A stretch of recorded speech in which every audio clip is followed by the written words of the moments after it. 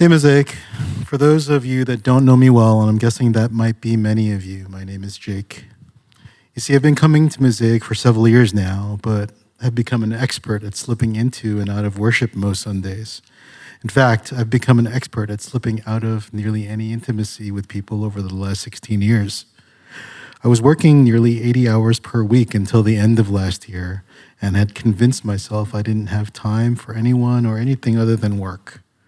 It was actually pretty easy for me to settle into that mode.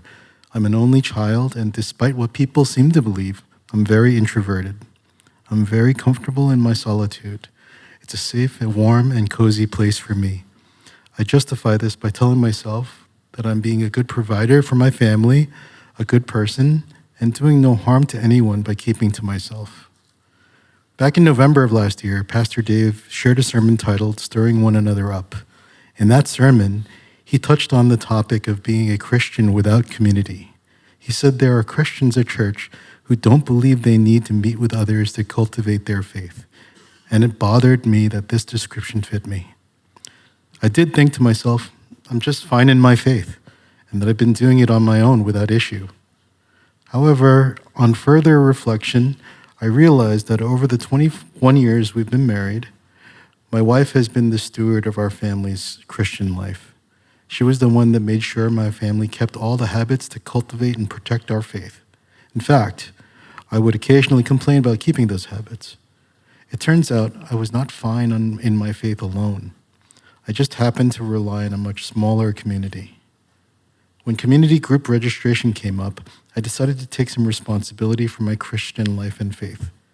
The idea of attending a group regularly felt inconvenient. I could be perfectly happy at home, enjoying my freedom, and I wasn't sure what to expect. I joined the Men Over 30 group because I'm well over 30, and the group was open for registration.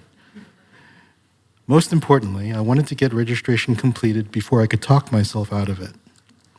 Sam Kim was our group leader and was welcoming and warm. In the same way as my wife, he kept setting up a structure for us to have the opportunity to explore our faith in a way that was relevant to our lives. Sam gently kept us accountable to consider one another in our discussions and prayers. He would gently prod us to share our thoughts, experiences, and struggles over the upcoming weeks. What I found was a group of people that were struggling with life just like me. We were all consistently being challenged with choices that gave us the option to sin or be faithful. Some in small, mundane ways, and others with much more challenging obstacles. The blessing of our community group was that we were taking time to consider one another. We were looking outward toward one another instead of only inward toward our own issues. In doing so, we were tending to our faith. We were tending to our own faith as much as the faith of those around us. Over time, I felt like the people in our group found some comfort in the advice and perspectives shared together. Our community group reminded me of the parable of the talents.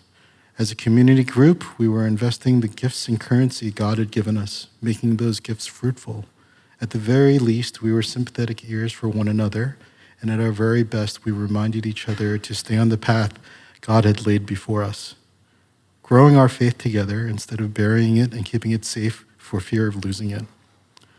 I'd spent so much of my church life doing just that, protecting my faith for myself, but neglecting to look outward toward the community I'd joined. None of us are perfect, but that only emphasizes the need to look outward to care for and love those around us. I'm only taking the first few steps in that outward effort. I'm certain I'll stumble along the way, but I will continue to participate in our community groups, and I hope to get to know and grow my faith with more of you in the future. Thank you.